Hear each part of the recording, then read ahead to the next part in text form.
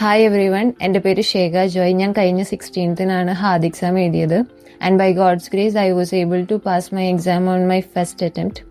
ഞാൻ സ്റ്റാർട്ട് ചെയ്തത് സാറിൻ്റെ ബേസിക് ക്ലാസ്സസ് വെച്ചിട്ടാണ്. സാറിൻ്റെ ക്ലാസ്സസ് വളരെ ഡിസ്ക്രിപ്റ്റീവും അതേപോലെ തന്നെ മനസ്സിലാക്കാൻ വളരെ സിമ്പിളും ആയിരുന്നു. സാറിൻ്റെ ക്ലാസ് കഴിയുമ്പോൾ തന്നെ നമുക്കിതിനെക്കുറിച്ചൊരു ഐഡിയ കിട്ടും.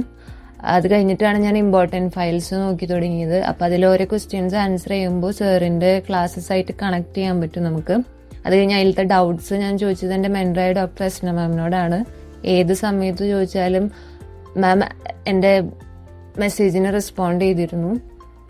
ഞാനൊരു ദിവസം ഒരു 10-20 ക്വസ്റ്റ്യനോളം ഡൗട്ട് ചോദിച്ചപ്പോൾ മാം എല്ലാത്തിൻ്റെ ആൻസറും അതിൻ്റെ ഡിസ്ക്രിപ്ഷനും റീസൺ അടക്കം എനിക്ക് അയച്ചു തന്നിരുന്നു. അതുകൊണ്ട് സിമിലറായ ക്വസ്റ്റ്യൻസ് വന്നാലും എനിക്ക് ആൻസർ ചെയ്യാൻ പറ്റുന്ന രീതിയിലാണ് മാം അതിൻ്റെ റീസണും ഡിസ്ക്രിപ്ഷനും അയച്ചു തന്നത്.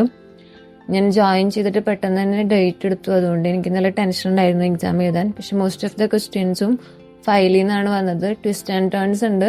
പെട്ടെന്ന് നമ്മൾ വായിക്കുമ്പോൾ നമുക്ക് തോന്നും അയ്യോ ഇത് പഠിച്ചിട്ടില്ലല്ലോ എന്ന് തോന്നും. പക്ഷേ നമ്മൾ 2-3 പ്രാവശ്യം വായിക്കുമ്പോൾ നമുക്കത് സിമിലർ ആയി തോന്നും. ഇമ്പോർട്ടൻറ്റ് ഫയൽസിലെ ആൻസേഴ്സ് ഫെമിലിയർ ആയി തോന്നും. അത് കഴിഞ്ഞ് എനിക്കൊരു 10ഓളം കാൽക്കുലേഷൻസ് ഉണ്ടായിരുന്നു.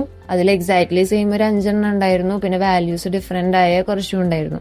പക്ഷെ നമുക്കൊരു ബേസിക് തിയറി അറിയുന്നത് കൊണ്ട് തന്നെ നമുക്ക് ആൻസർ ചെയ്യാൻ വളരെ ഈസി ആയിരിക്കും. പിന്നെ ഇമ്പോർട്ടൻ്റ് ആയി നോക്കേണ്ടത് ടൈം മാനേജ്മെൻ്റ് ആണ്. നമ്മൾ കാൽക്കുലേഷൻസ് കൂടുതൽ ടൈം എടുത്ത് ചെയ്യുമ്പോൾ നമുക്ക് മറ്റുള്ള ക്വസ്റ്റ്യൻസ് വായിക്കാനുള്ള സമയം കിട്ടില്ല. സോ കാൽക്കുലേഷൻസ് ബെറ്റർ ആയിട്ട് നമുക്ക് ലാസ്റ്റിൽ ചെയ്യുന്നതായിരിക്കും നല്ലത്. ഒരു 10 minutes മുമ്പെങ്കിലും എക്സാം കഴിക്കണം. എനിക്ക് ഫ്ലാഗ്ഡ് ക്വസ്റ്റ്യൻസ് ഒക്കെ നോക്കാനുള്ള സമയം കിട്ടി. ഞാൻ ഒന്നും കൂടി എല്ലാ ക്വസ്റ്റ്യൻസും റിപ്പീറ്റ് ചെയ്ത് നോക്കി ആൻസേഴ്സും.